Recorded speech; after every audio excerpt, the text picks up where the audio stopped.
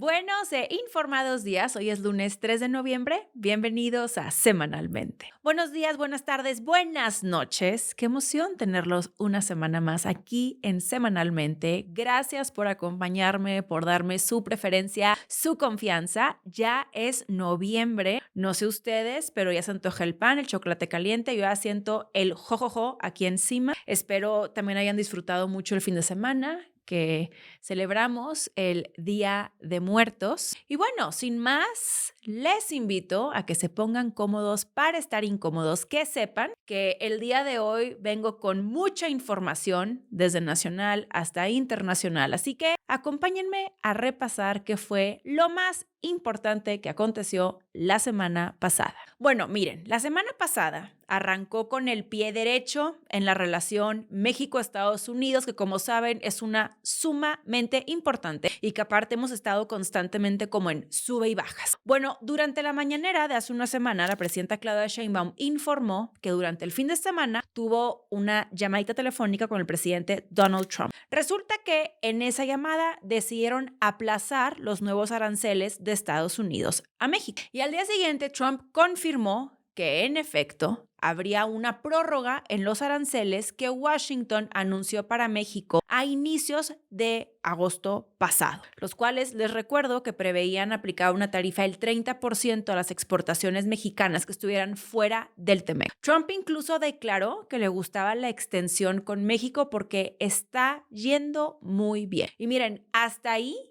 todo iba bien, ¿no? Dices tú, qué bueno, otra llamada. Aparte, recuerden que la semana pasada les platiqué que el asunto con Canadá andaba medio tenso. Entonces, para el lunes pasado estábamos todos, ¿sabes qué? Padrísimo. Pero en nuestra relación con Estados Unidos últimamente parecería que no hay bien que por mal no venga, porque ese mismo día el secretario de Defensa de Estados Unidos, Pete Hegseth, anunció una serie de ataques estadounidenses contra barcos supuestamente cargados con droga en el Pacífico y que ese ataque dejó un saldo de 14 presuntos narcotraficantes muertos y un sobreviviente. Esto en aguas internacionales, pero frente a las costas de Acapulco. Y aquí es bien importante hacer énfasis en presuntos narcotraficantes porque hasta la fecha nadie tiene certeza de que quienes estuvieran en esos barcos fueran narcos. Es más, no hay certeza siquiera de que traigan en los barcos droga.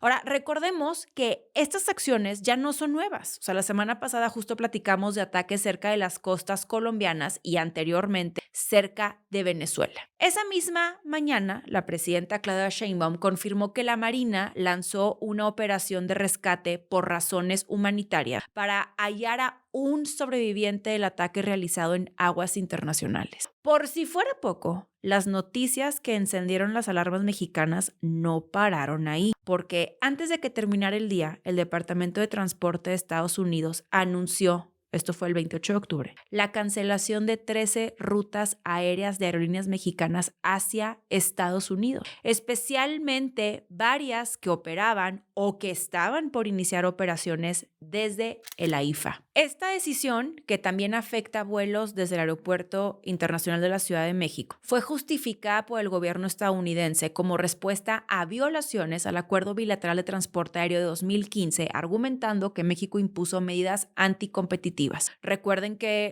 no sé hace cuántos programas, pero yo le calculo que hace como unos 8 programas, hablé súper extenso sobre este tema. Recuerdan con el tema de Delta, Aeroméxico. Miren, la verdad ya se veía venir porque recordemos que desde el 2022, durante el gobierno de López Obrador, se redujeron los slots, que son los horarios de despegue y aterrizaje, en el Aeropuerto Internacional de la Ciudad de México y se obligó a trasladar vuelos de carga a la IFA. Esto se consideró como un cambio unilateral que viola el acuerdo que se tiene con Estados Unidos. Ahora, entre las aerolíneas más afectadas se encuentran Viva Aerobús, Volaris y Aeroméxico. O sea, por cierto, Viva Aerobús tenía previsto inaugurar este mes de noviembre y el próximo mes de diciembre, al menos 9 rutas desde la IFA hacia ciudades en territorio estadounidense.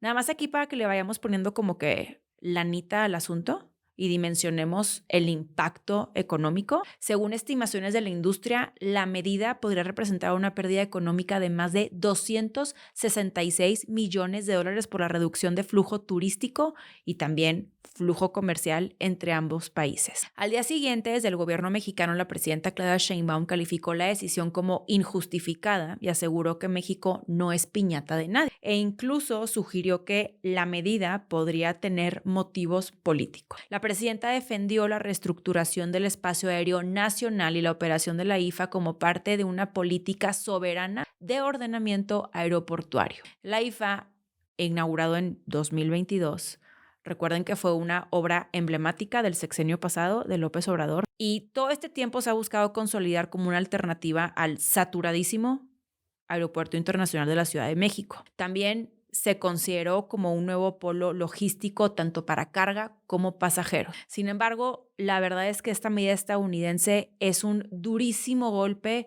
a su viabilidad internacional. Por su parte, el Departamento de Transporte de Estados Unidos aclaró que las restricciones aplican hasta nuevo aviso y que la reapertura de rutas dependerá de que México restablezca condiciones equitativas para la operación de aerolíneas estadounidenses. Por ahora, las compañías mexicanas deberán suspender sus planes de expansión y reprogramar vuelos en curso, afectando a miles de pasajeros, sobre todo de cara a la temporada navideña. Y miren, nos gusta pensar que entre México y Estados Unidos existe una relación especial, casi que de trato preferencial, pero los hechos de esta semana nos recordaron que eso no es más que una ilusión diplomática. La tensión bilateral volvió a encenderse y también hay que decirlo, los ataques del gobierno estadounidense en aguas internacionales, esta vez frente a las costas mexicanas, han puesto a todos en alerta. Y en esta alerta yo me incluyo. O sea, no podemos olvidar que en las últimas semanas Washington ha lanzado declaraciones incendiarias contra varios gobiernos latinoamericanos acusándolos de complicidad con el narco. Y en ese sentido parece que el mensaje de Estados Unidos es muy claro. Ellos actúan solos y sus decisiones no admiten consulta. Y como les dije desde hace tiempo, el tema del AIFA, la verdad es que esa historia ya estaba medio cantada, solo parecía que se nos había olvidado. O sea, no podemos negar que la decisión de reubicar los vuelos de carga fue unilateral por parte del gobierno mexicano y miren, tarde o temprano, esto iba a pasar. Ahora, hoy las consecuencias alcanzan al nuevo aeropuerto y a miles de pasajeros, pero también nos recuerdan algo más incómodo. O sea, en la relación con nuestro vecino del norte, la realidad es que México rara vez tiene la última palabra.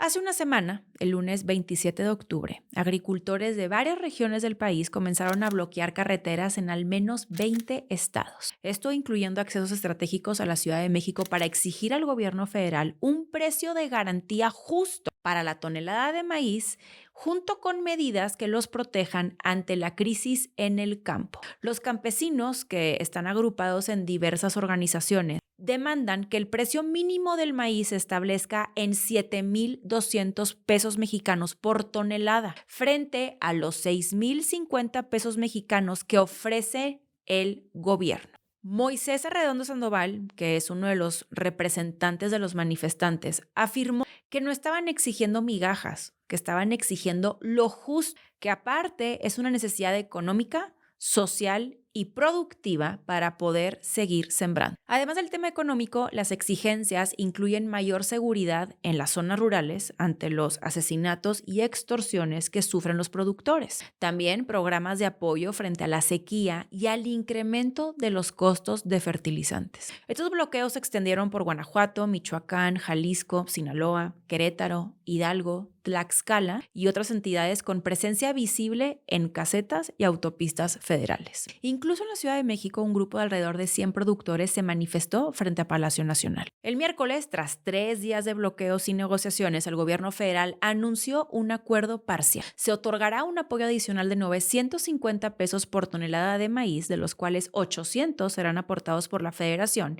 y 150 por los gobiernos estatales. Ahora lo que sigue son las negociaciones con los industriales, donde se buscará aumentar el precio de compra por tonelada, ya que actualmente el pago pago base es de 5,200 pesos mexicanos. Dentro del acuerdo también se pactó dar prioridad a la compra de cosecha nacional con el fin de fortalecer la producción interna y reducir la dependencia de importaciones. Por su parte, el secretario de Agricultura y Desarrollo Rural, que vamos a ver qué tan enterados están aquí de sus secretarios. No voy a decir el nombre, les doy como 3 segundos para ver si saben quién es.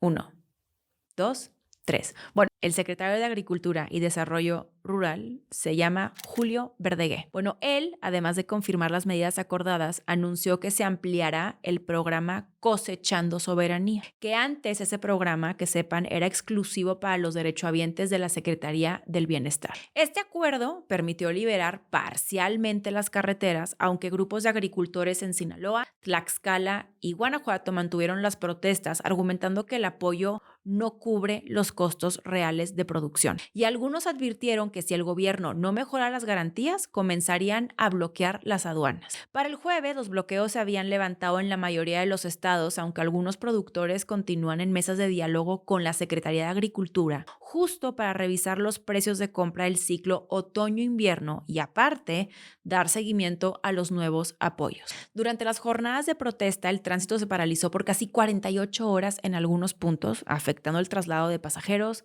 mercancías y alimentos. Las pérdidas logísticas fueron millonarias y los civiles que quedaron atrapados en los bloqueos estaban en la desesperación, sin comida y agua suficiente, además de servicios sanitarios. La presidenta Claudia Sheinbaum reconoció la legitimidad de las demandas campesinas y admitió que la caída de los precios internacionales del maíz ha golpeado con fuerza al campo mexicano. Sin embargo, advirtió que no se puede fijar un precio mágico sin tomar en cuenta a la industria y el comercio internacional, defendiendo así un enfoque equilibrado entre productores y el mercado. Lo cierto es que el campo mexicano está harto de vivir en el abandono. Durante años, el reclamo fue la falta de apoyo de las autoridades para convertir a este pilar del país en una industria próspera. Pero hoy, a eso hay que sumarle algo todavía más grave: la inseguridad. Los productores viven amenazados por el crimen organizado que les exige cuotas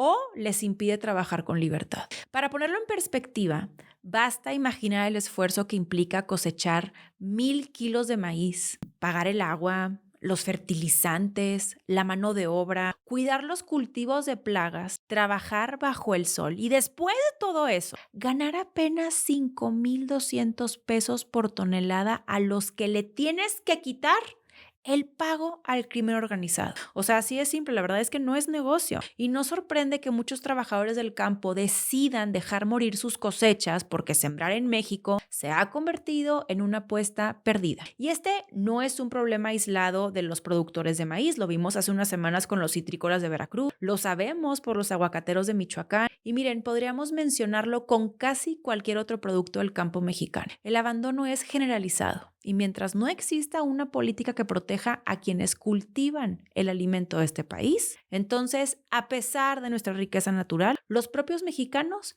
no podremos llevar la comida a nuestras mesas.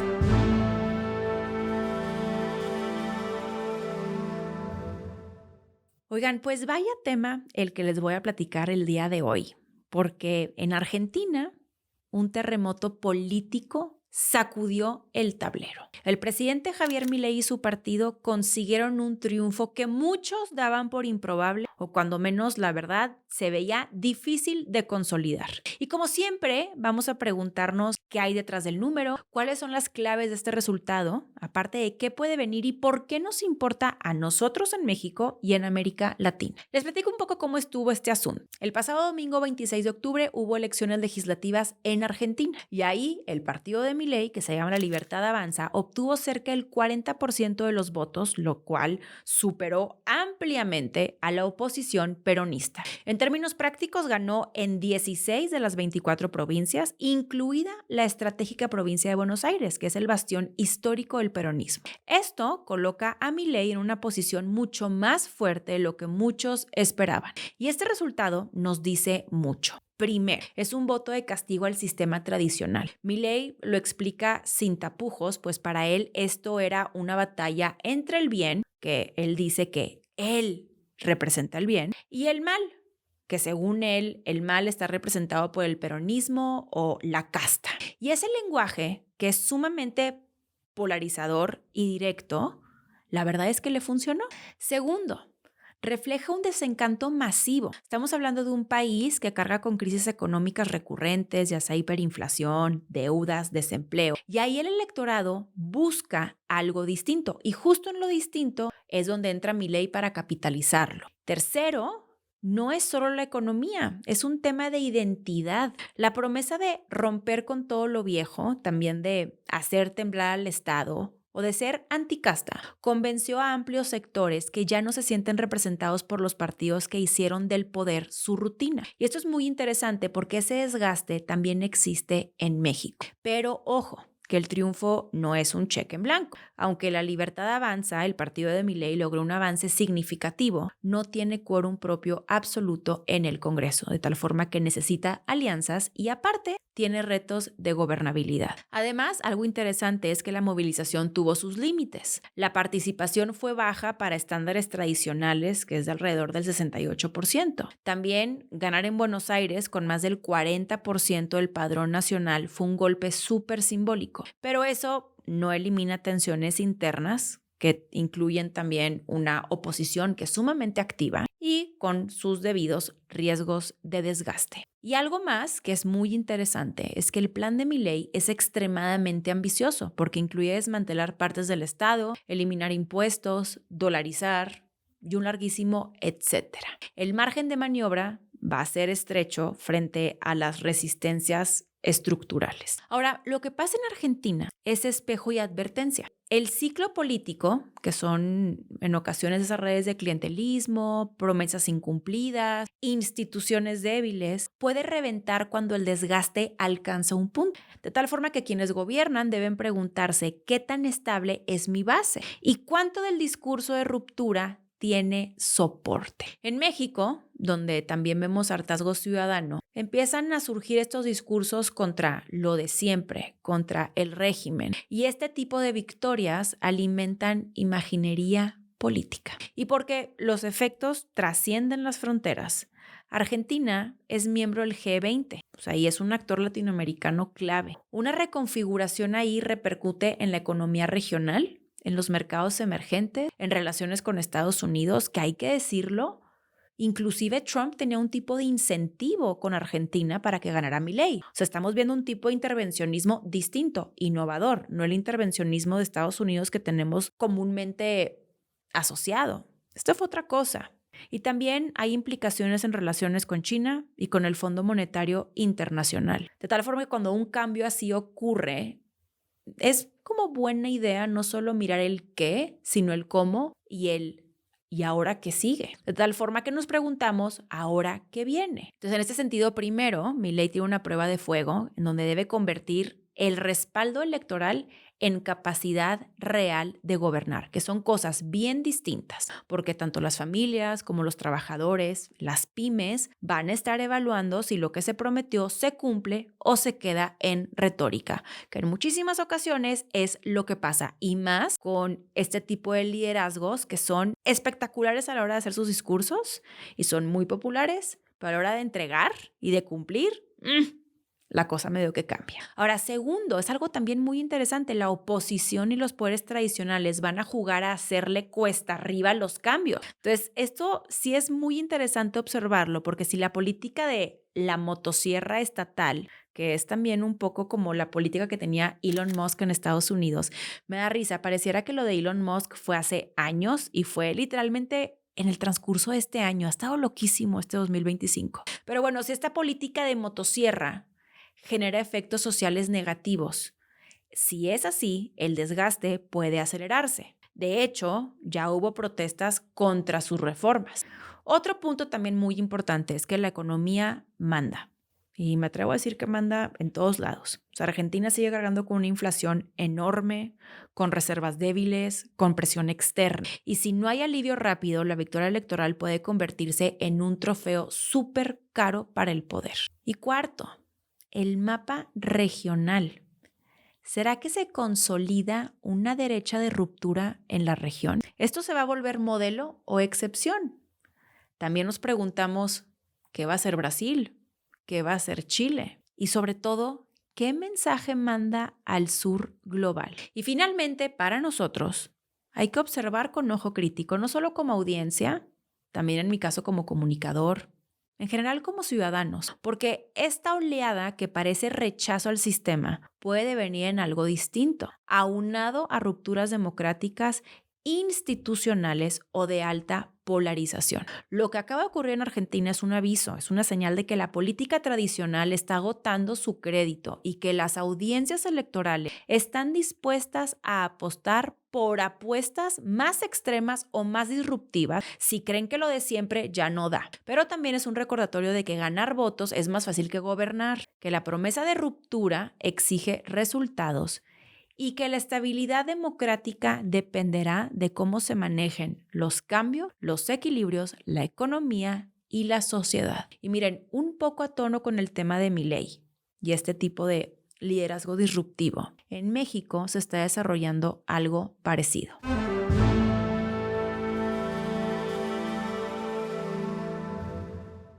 El empresario Ricardo Salinas Pliego, mejor conocido como Tío Richie, hizo una fiesta para celebrar su cumpleaños número 70. Esto sirvió como la excusa perfecta para agarrarse del chongo con el gobierno mexicano y revelar sus intenciones políticas. Les cuento. El pasado 18 de octubre, Ricardo Salinas Pliego tuvo una fiesta privada donde frente a más de 300 invitados se aventó unas declaraciones ya mucho más explícitas sobre las intenciones políticas que puede tener. Dijo que creía que era momento de otro reto, de entrar en otra etapa y que ¿por qué no lanzarse a la política? Los invitados no solamente le aplaudieron, sino que lo vitorearon al grito de presidente. Desde ahí como que ya veíamos cómo iba pintando la cosa, pero lo que sucedió el sábado 25 de octubre fue algo que muchos no veíamos venir. En la Arena Ciudad de México, que es de su propiedad, 22,000 personas que tuvieron que registrarse previamente en línea asistieron a la fiesta de cumpleaños del tío Richie. A los asistentes se les entregaron playeras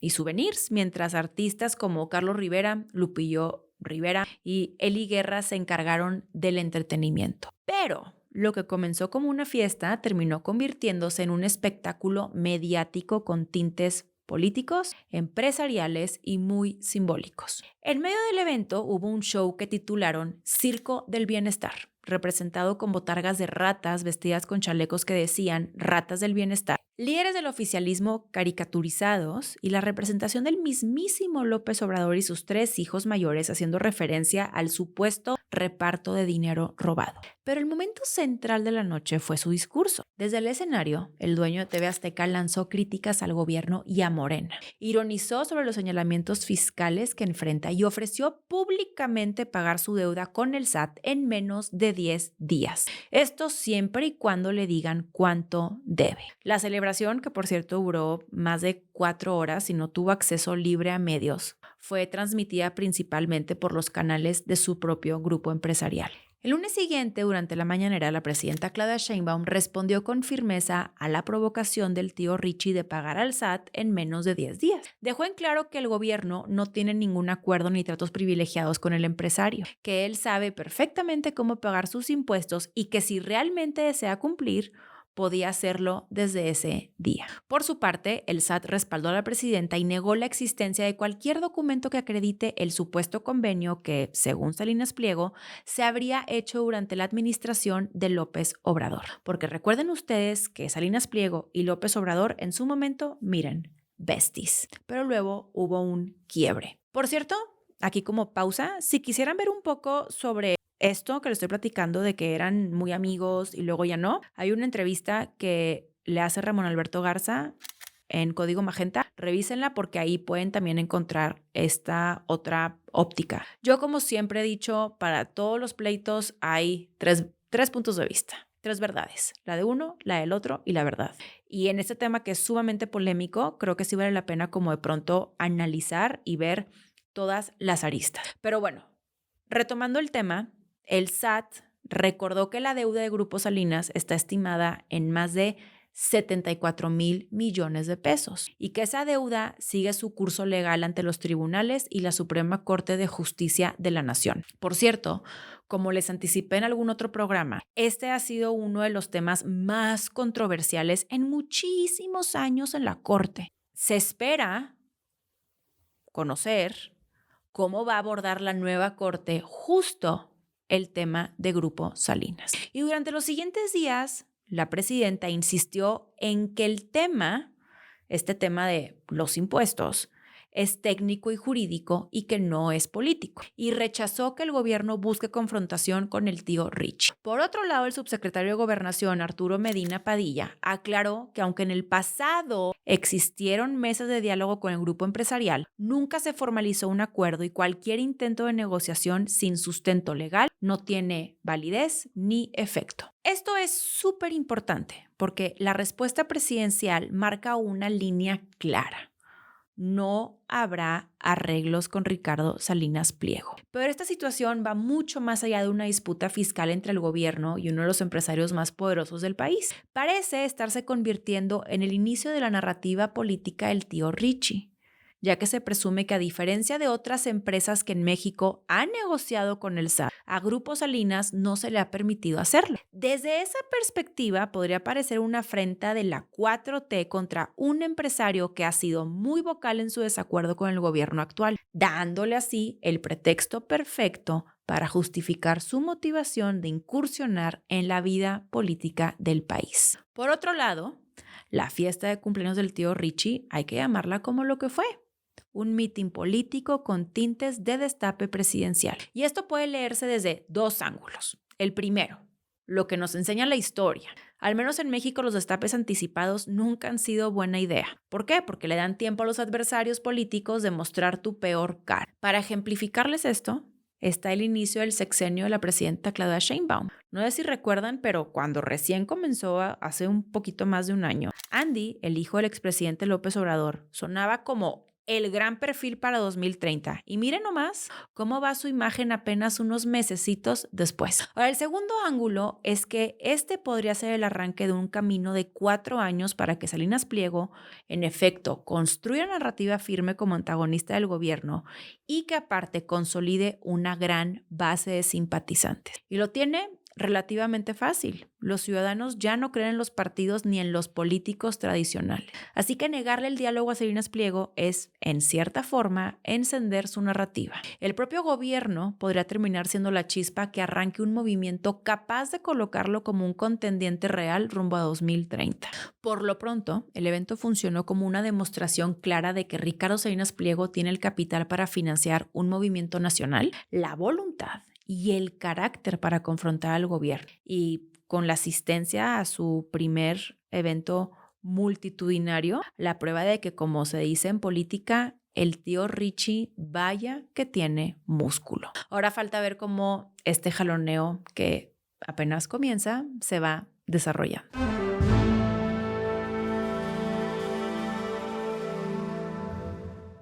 La semana pasada, el presidente Donald Trump se reunió en Japón con Sanae Takaichi, quien, como saben, acaba de asumir el puesto de primera ministra de Japón. ¿Qué pensarán de nosotros en Japón, Pon? Me acuerdo demasiado siempre, cada que leo Japón, me acuerdo de esa canción de Calle 13. Me encanta.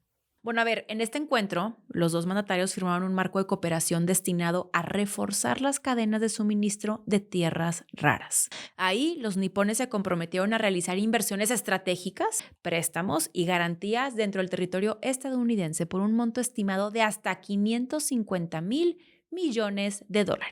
Durante la visita, Tokio se paralizó por manifestaciones ciudadanas que criticaban los acuerdos como una alianza desigual entre Japón y Estados Unidos. Nada más para que se den ahí como que una idea, se informó que el gobierno japonés movilizó un dispositivo de seguridad de hasta 18,000 policías, todo con tal de garantizar el orden en el centro de la capital durante el paso de Trump. Y a mí, honestamente, la cifra de 18,000 policías me impresionó. Ese mismo día, los mandatarios visitaron la base naval estadounidense en Yokosuka. Trump ofreció un discurso frente al personal militar en el que se desvivió en halagos hacia la primera ministra. Aseguró que Japón será más fuerte que nunca y prometió que Estados Unidos estará ahí para cualquier cosa que necesite. Ambos países enfatizaron que esta alianza busca contrarrestar la influencia de China en los suministros de minerales, que es tema del cual hablamos en el programa del 20 de octubre. Échenle ojo si no lo han visto porque eso es súper relevante en este contexto y recuerden, en muchas cosas más que están por venir. También buscaron reforzar las políticas de seguridad nacional impulsadas por Takaichi que incluyen incrementar el gasto militar al 2% del PIB para marzo de 2026. Durante la gira, en un acto con ejecutivos de empresas japoneses, Trump afirmó que la automotriz Toyota invertiría $10,000 millones en nuevas plantas en Estados Unidos, aunque la empresa negó haber hecho tal compromiso. Así que ustedes váyanse a saber si será verdad, será mentira, será la vieja el otro día. Después de la reunión, trascendió que Takaichi incluso declaró que nominará a Trump al Premio Nobel de la Paz. Oigan, pues ya estuvo bueno. O sea, acaban de ser los Premios Nobel de la Paz. Bueno, los premios Nobel en general hace escasas semanas y ya andan viendo como para la nueva ronda ahora quiénes van a ser los nominados y claro que Trump, miren, felizote de la vida. Esta visita fue no solamente un acto simbólico con la nueva primera ministra, sino que se convirtió en un evento sumamente estratégico para reconfigurar la relación bilateral. Por un lado, Trump busca un aliado sólido en Asia ante sus evidentes diferencias con China. Además de una solución que permita a los estadounidenses salir adelante frente al enorme problema que enfrentan con el suministro de tierras raras. Si no sabes qué son las tierras raras es porque no viste mi programa del 20 de octubre. Ahora, por el otro lado, Japón busca afianzar sus lazos con Estados Unidos y mejorar las condiciones arancelarias que impuso Trump, aunque ese intercambio podría parecer poco ventajoso para los japoneses si consideramos todo el apoyo que le prometieron a los estadounidenses. Pero hay otro detalle que no podemos perder de vista. La primera ministra, Sanae Takaichi, aprovechó la presencia de Trump para legitimar su propia agenda de aumento al presupuesto militar, un plan que según los analistas podría ser el mayor rearme del país desde la Segunda Guerra Mundial. Esa medida ha hecho levantar las cejas de China, ya que pone en duda la idea de que Japón busca únicamente un crecimiento pacífico y una política enfocada en la defensa. Y sí, el aumento del armamento japonés puede ser un movimiento controversial por parte de la ministra, pero en China, pues como que tampoco pueden hacerse los sorprendidos, ¿verdad? Han incrementado sus provocaciones militares, intensificado los ejercicios navales y aumentado la presión sobre Taiwán. Así que en una de esas, la primera ministra japonesa simplemente está aplicando la de mujer prevenida vale por 2.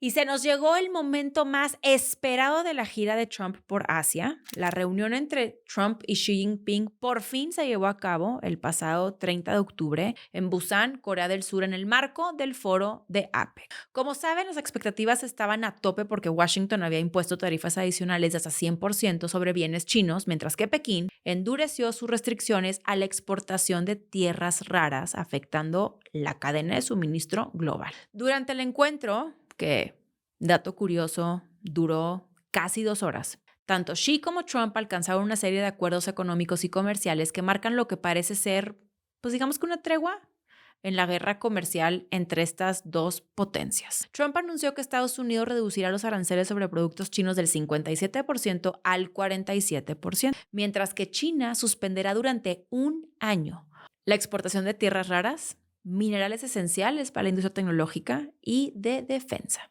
Además, Pekín se comprometió a reanudar las compras masivas de soja estadounidense y a colaborar con Washington en el control del tráfico de precursores de fentanilo. Después de la reunión, la verdad es que Trump se vio pues muy contento, dices tú. Él estaba así, se veía satisfecho. Tan es así que calificó la cumbre como un 12 de 10. Trump aseguró que el tema de las tierras raras estaba resuelto y agregó que ya no existían obstáculos por parte de China. Como gesto de reciprocidad, Estados Unidos pospuso por un año la ampliación de restricciones tecnológicas a empresas chinas, que es una medida que China interpretó como un acto de buena voluntad negociada.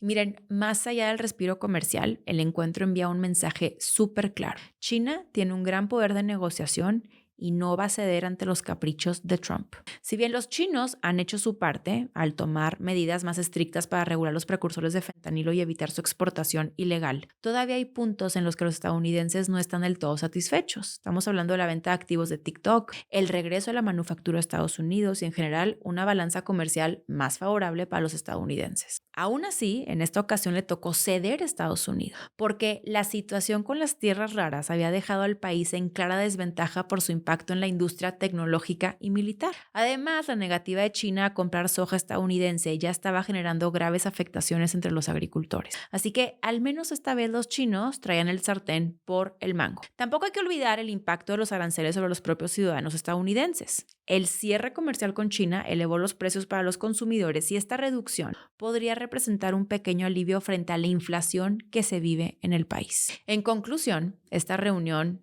no representa una paz definitiva y tampoco resuelve las diferencias estructurales entre ambas potencias. Es más bien como ponerle una curita a una herida sumamente profunda y aparte, con lo volátil que ha sido la relación entre Washington y Pekín, la verdad, habrá que ver cuánto dura el chiste.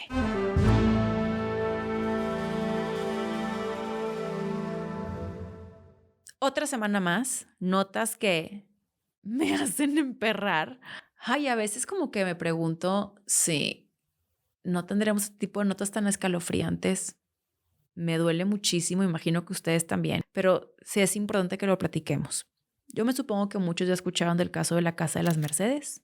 Si no, les platico. El miércoles pasado, para ser exacta, el 29 de octubre, las autoridades de la CDMX intervinieron en el albergue Casa de las Mercedes, que está ubicado en la colonia San Rafael de la alcaldía Cuauhtémoc. Esto después de haber recibido denuncias de abuso sexual y posible trata de personas contra menores albergadas. En este operativo participaron agentes de la Fiscalía General de Justicia y personal del DIF de la Ciudad de México, quienes rescataron a 80 niñas, niños y adolescentes que vivían en las dos sedes del albergue. Los menores fueron reubicados en diferentes instalaciones bajo resguardo del DIF. Esta intervención se originó tras una denuncia que hizo una joven de 17 años que señaló haber sido obligada a realizar labores domésticos en una casa particular, en donde fue violada por el hermano de la directora del albergue. El presunto agresor, identificado como Aquiles N., ya está detenido y vinculado a proceso por la Fiscalía Capitalina. Por su parte, la directora del albergue negó las acusaciones y calificó la información como falsa e imprecisa, defendiendo la trayectoria de más de 30 años de la institución.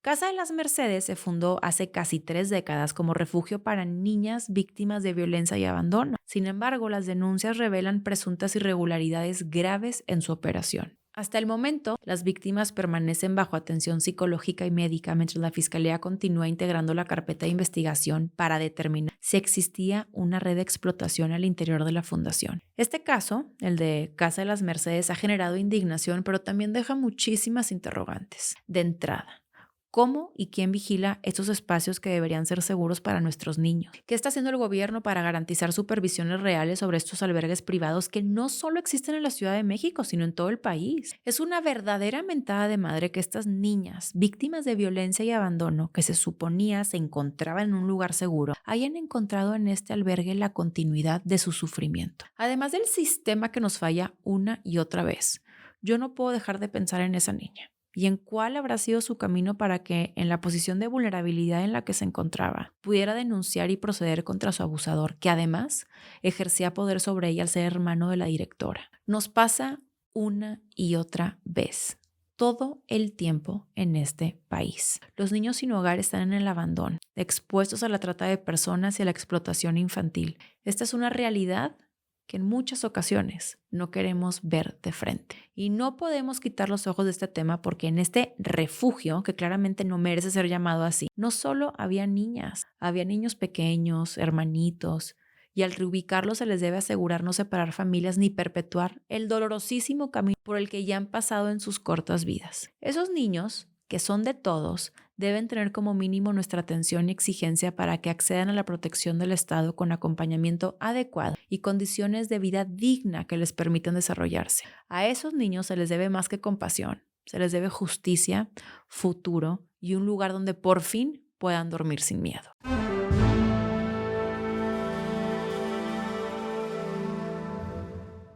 Pasamos a su gustosa sección de breves pero importantes, comenzando con la continuidad de la nota que les presenté la semana pasada de lo acontecido en Francia. La policía francesa detuvo a 2 hombres acusados del robo de joyas históricas en el Museo del Louvre. Ambos fueron arrestados una semana después del atraco gracias a las evidencias forenses recuperadas en el lugar. El primero cayó en el aeropuerto Charles de Gaulle cuando intentaba abordar un vuelo rumbo a Argelia, y el segundo fue detenido al norte de París. De acuerdo con la Fiscalía parisina, los dos hombres se encuentran en sus 30s y ya tenían antecedentes por robos sofisticados. Los detenidos reconocieron parcialmente su implicación en el caso. Según la policía, los avances en la investigación se deben al análisis de ADN que encontraron en cascos, guantes y herramientas abandonadas durante la huida. Hasta el momento, el botín valuado en más de 88 millones de euros sigue sin aparecer. Y ya que hablamos, porque eran joyas de la realeza, ¿se acuerdan que la semana pasada les platiqué el caso del príncipe Andrés? Bueno, pues nos sorprendieron. El rey Carlos III despojó a su hermano, el príncipe Andrés, de todos sus títulos reales. Oficialmente ha dejado de ser príncipe, no puede usar sus honores y tiene que dejar su vivienda oficial. Este es un mensaje claro de que ningún privilegio es inmune cuando la opinión pública exige rendición de cuentas. Aparte, es un síntoma de que las instituciones más antiguas están respondiendo al hartazgo social. Aunque el desenlace aún no tiene todas las piezas, este episodio marcará al menos dos cosas: el antes y el después de la imagen de la monarquía británica y un precedente para cómo se gestionan los roles de poder cuando la reputación estalla. Ya que estamos hablando de Europa, en los Países Bajos la extrema derecha sufrió un revés. En las elecciones nacionales del pasado miércoles, los votantes neerlandeses rechazaron a un partido de extrema derecha que había provocado meses de agitación política y de manera inesperada le dieron su apoyo a un partido de centroizquierda que se postuló con promesa de estabilidad y esperanza. Esto nos dice mucho sobre el populismo en Europa en general, pues demuestra que la extrema derecha, incluso en un lugar que antes parecía estar en una marcha imparable hacia tener mucho más poder, aún puede toparse con obstáculos. Y siguiendo con temas europeos, pero trayéndomelo a México, este viernes 7 de noviembre el presidente de Francia, Emmanuel Macron, estará en México. Parte de los objetivos de la visita radican en que las empresas francesas tengan mayor presencia en México y que México, que no sé si sabían, pero está muy interesante este dato, es el mayor inversor latinoamericano en Francia, pues que México sigue invirtiendo en Francia. Por parte de la agenda mexicana, se espera, porque la misma presidenta lo ha dicho en muchas ocasiones, la exigencia por parte del gobierno mexicano de la restitución del manuscrito prehispánico Códice Borbónico. Esta es una visita con la mayor trascendencia, pues no son simples ceremonias amistosas, son apuestas estratégicas. Y por supuesto que la próxima semana les traeremos todo el resumen.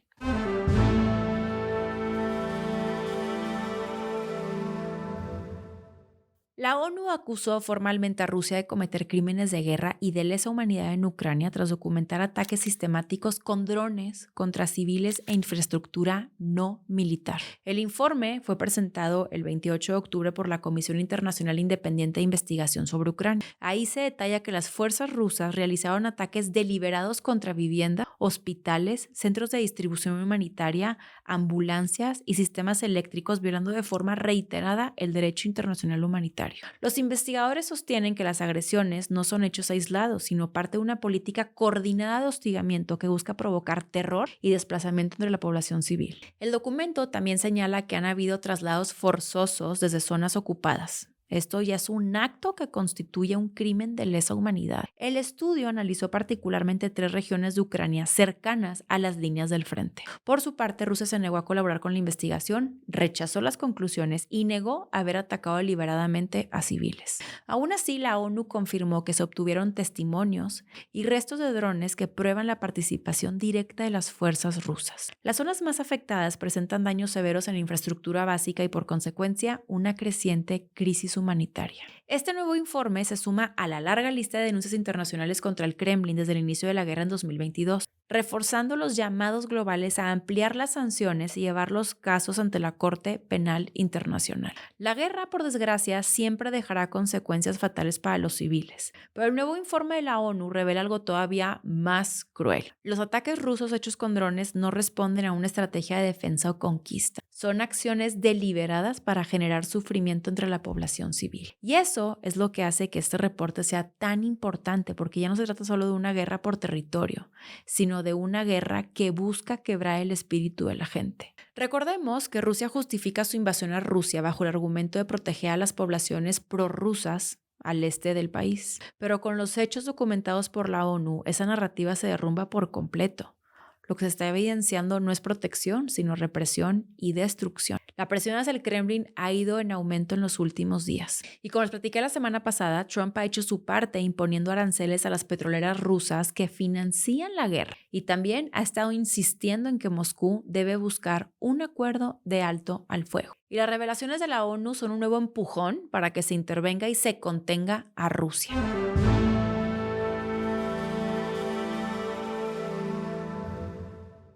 Bueno, de Rusia y Ucrania nos vamos a Brasil, porque el pasado martes 28 de octubre Río de Janeiro amaneció bajo fuego literalmente. Más de 2.500 agentes de seguridad brasileños irrumpieron en los complejos de las favelas, en lo que las autoridades describieron como el mayor operativo contra el crimen organizado en la historia de Brasil. El objetivo era el Comando Vermelho, que es la organización criminal más poderosa de Brasil, con raíces en las prisiones de Río y una red de narcotráfico que se extiende por todo el país. El saldo fue devastador. En las primeras horas las autoridades reportaron 64 muertos y 81 detenidos, pero la cifra se disparó conforme avanzaron las tareas de rescate y conteo de cuerpos. Fuentes policiales reconocen ya más de 120 fallecidos, mientras defensores públicos y organizaciones de derechos humanos estiman que podrían ser 132. Entre las víctimas hay al menos 4 policías, pero también decenas de civiles cuyos nombres todavía no aparecen en los registros oficiales. Las escenas fueron descritas por testigos como un campo de guerra. Habían helicópteros sobrevolando los techos, tanques ingresando por callejones y balaceras que duraron horas. En videos que fueron compartidos por vecinos se observan cuerpos apilados y calles cubiertas de casquillos. El gobernador de Río, Claudio Castro, que es un aliado político del expresidente Jair Bolsonaro, defendió la acción y la calificó como un golpe contundente contra el narcoterrorismo, asegurando que los muertos eran criminales armados. Pero los organismos internacionales no tardaron en reaccionar. Human Rights Watch y la ONU solicitaron una investigación independiente ante la magnitud de las muertes y las denuncias de abusos. Según Castro, durante el operativo fueron decomisados más de 100 rifles y una gran cantidad de drogas. El Comando Vermelho, fundado en los años 70, controla rutas de tráfico, cobra impuestos locales y mantiene vínculos con el comercio ilegal de armas. Su poder se basa tanto en la violencia como en el control comunitario, lo que hace que los operativos masivos afecten directamente a poblaciones civiles. La magnitud de esta violencia ya va más allá de Brasil. Tan es así que Argentina declaró una alerta máxima en su paso limítrofe con Brasil. Y tras el operativo, el ministro de Justicia, Ricardo Lewandowski, afirmó que la operación fue planificada y ejecutada en su totalidad por el gobierno regional de Río de Janeiro, que no había conocimiento por parte del gobierno federal liderado por Lula da Silva. Lewandowski dijo que el Ejecutivo Federal se mostró aterrado por la cifra de muertes y aseguró que Lula da Silva no había sido informado de antemano sobre el despliegue en las favelas. O sea, básicamente se lavaron las manos. Mientras tanto, en Río, las familias comienzan a enterrar a sus muertos. Los vecinos de las favelas reclaman que esto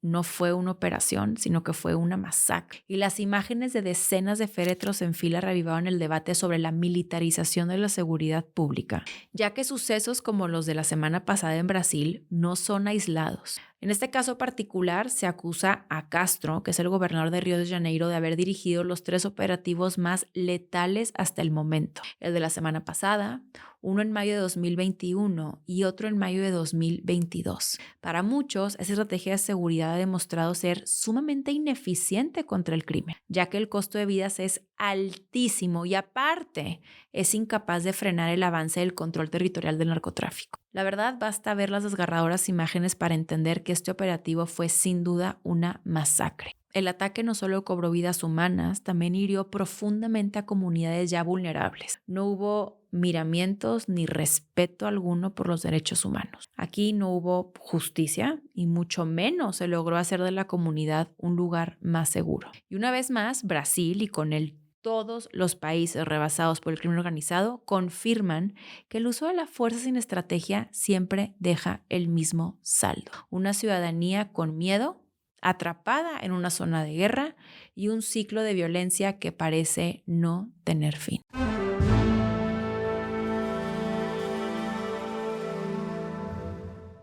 Para cerrar el programa de hoy, les traigo 2 notas positivas, comenzando con un verdadero notición. siendo que investigadores mexicanos y estadounidenses acaban de confirmar que en 2025 se observaron al menos 7 a 10 ejemplares de vaquita marina. Aparte de esto, incluye crías, lo que representa no solo la supervivencia de la vaquita marina, sino que está en reproducción. Esto para mí es una grandísima noticia, ya que significa que la especie no ha desaparecido y aparte que las medidas de protección parecen estar dando algún efecto. Y otra historia que, miren, cuando yo la leí me dio demasiada ternura porque me recordó lo que la educación puede hacer cuando hay humanidad. Es esta historia acontecida en Kentucky, donde un maestro utilizó la impresora 3D de la escuela para crear una mano protésica para uno de sus alumnos que había nacido sin ella. Me encantó porque aparte no fue en un laboratorio así que tú digas súper sofisticado ni con un presupuesto gigante. El maestro hizo esta mano protésica con materiales baratos, con diseño colaborativo y por sobre todo con la decisión de ayudar. Y para mí, la gran enseñanza aquí es muy simple y demasiado poderosa, siendo esta que cuando la tecnología se cruza con la empatía, la diferencia no la hacen los recursos, la hace la intención.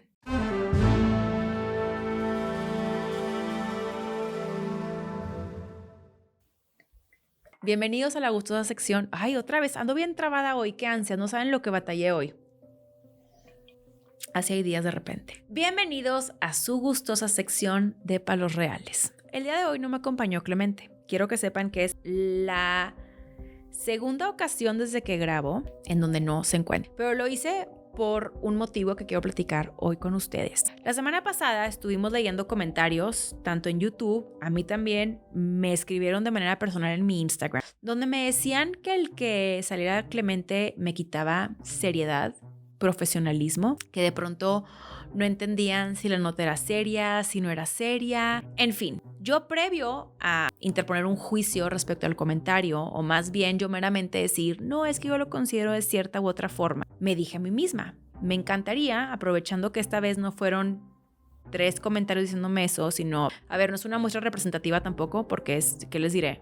El 2%, pero dije, bueno, ya son un poquito más, entonces quería ponerlo aquí sobre la mesa para que ustedes me digan qué onda, cómo la ven, que esté, que no esté. También en ese sentido de lo que es profesional y lo que es formal. Es algo que me he estado preguntando muchísimo porque claro que al momento de compartir información, noticias, temas importantes y sumamente trascendentales, pues tenemos todos como que asociado ya en nuestro imaginario consciente o inconsciente cómo se debe ver la comunicación en este sentido. Mi apuesta ha sido que el formato tradicional ya dejó de conectar. Por lo mismo, yo creo que cada vez en este espacio somos más y les gusta también la manera en la que presentamos la información.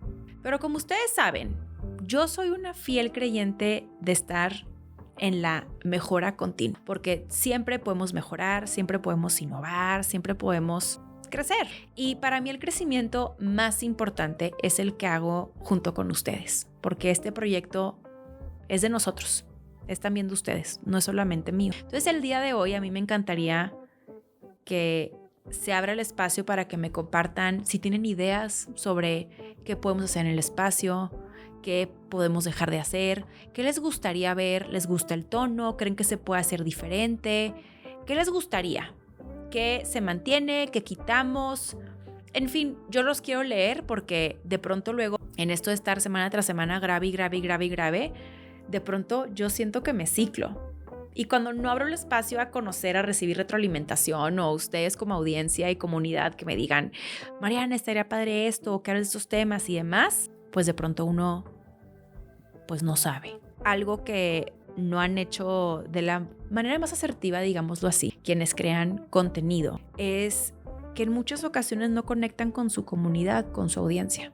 De pronto, pues no es que te aísles porque no tienes esa interacción humana, pero podrías tú considerar que lo que haces está ya así espectacular, padrísimo, y yo no quiero que ese sea mi caso, así que a mí me encanta que este espacio, como es también de ustedes, sea algo colaborativo, donde también sientan que pueden ustedes aportar, darme ideas. Muchos lo hacen, también inclusive enviándome mensajes y diciéndome, Mariana, por favor aborda este tema. Justo la semana pasada me llegaron muchos mensajes pidiéndome que abordara el tema de los bloqueos. También hace 2 semanas lo de la Universidad Autónoma de San Luis Potosí, así que nada más quería que tuvieran esto muy presente. para abrir el espacio y me encantará leerles. Les diría que escucharles, pero está medio difícil que los pueda escuchar aquí por YouTube. Bueno, hoy no les voy a hacer más largo el programa porque siento que estuvo largo, estuvo pesado. Yo, a ver, ya saben que me ven aquí con la cara que, hey, todo bien, pero hoy sí lo sentí pesado, me trabé horrible hoy grabando. Platicarles que en la semana estuve muy emocionada porque moderé un panel en el Women Economic Forum con líderes de industria, mujeres que están en industria farmacéutica, tecnológica, del entretenimiento y hablando de entretenimiento, recordarles que este viernes va a salir la película Frankenstein de Guillermo del Toro por Netflix. A mí me encanta Guillermo del Toro. Se me hace como una persona espectacular. ¿Lo entrevistamos o qué? Sí, me lo va a proponer. Lo voy a entrevistar pronto. Que dicen, ya las entrevistas. Oigan, hablando de entrevistas, les platico algo. A mí no me deja de sorprender. Como que siempre cuando haces tu trabajo dices de que, ay, habrá gente que lo siga viendo, que se acuerde y demás. Y yo siempre consideré que cuando se hacen entrevistas como que era de que, sí, la que lo entrevistó X. Y más que ahorita muchos hacen entrevistas. Pero siento bien padre cuando... A ver, y los traigo a colación porque en el Women Economic Forum, que fue el miércoles pasado, llegó un chavo que aparte tiene como que el mejor pitch y le dije que qué buen pitch tienes porque me dice, hola, me llamo Oscar, como los premios. Y dije, wow, claro, siempre me voy a acordar de Oscar. Pero no saben la alegría que me dio porque Oscar, cuando se acerca a saludarme, me dice, grandes sus entrevistas para los candidatos a la presidencia. Y yo, ¿cómo? Ya pasó más de un año. Y eso me emociona. Ya voy a regresar con sorpresas, se los prometo. Pero es que de pronto... Yo estoy entre estos dos dichos el día de hoy. De lo bueno poco, que aparte fue algo que me dijo el jefe Diego y me acuerdo perfecto. Y dos, que lo bueno toma tiempo. Y toda esta pausa, que no ha sido pausa, he estado chambeando demasiado. Me ha ayudado mucho para darle norte, hacia dónde va el proyecto. Ya lo estamos terminando de pulir. Aquí todos saben cómo hacia dónde vamos. Se estrena pronto, pero que sepan que aparte semanalmente se vienen muchas cosas y ha tomado tiempo organizar, planear y demás. Tiempo el que les estoy robando yo a ustedes. Entonces ya me voy a despedir. Ya saben los 5 principios, se los agradezco. Suscríbanse, like, dejen comentarios, sea un emoji, un punto, no importa, déjenlo. Compartan para que la información llegue a muchas más personas. Hoy más que nunca, que combatir la desinformación es un verdadero acto revolucionario. Sin más, los quiero mucho y los quiero ver triunfar. No se crean, me va a demandar Misada Mohamed de que ¡hey! ¡Esto es mío! Se me hace como la mejor frase legendaria. Yo siempre me acuerdo de Misada Mohamed. Último, recomendación. No sabía de tristezas, ni de lágrimas, ni nada que me hicieran. Vean a Juan Gabriel. De documental. De verdad, divino. Muchos no saben, aquí confesiones. Yo sí vi a Juan Gabriel en vivo. Me acuerdo perfecto, fue un noviembre. Y me acuerdo perfecto porque esa noche terminé muy noche. Me dormí a las 5 de la mañana. Me acuerdo perfecto. Me divertí demasiado. Un conciertazo. Para mí Juan Gabriel es un referente a autenticidad, de abrazarte y amarte tal y como eres y de luchar por tus sueños. Su historia a mí siempre me ha conmovido muchísimo y a mal momento yo llegué a Bellas Artes, o sea, porque no llegué antes. Yo habría amado verlo en Bellas Artes. Y mucha gente muy cercana a mí se acuerda de una servidora con una canción de Juanga, siendo esta nada más y nada menos que Querida. Si esto fuera la radio, yo les dejaría aquí de que ahora sí, un rolón de Juan Gabriel, pero no lo es. Así que sin más, donde me escuchen, si quieren escuchar un rolón, pongan Querida. A mí en automático me hace el día. Esto fue todo por hoy. Nos vemos la próxima semana.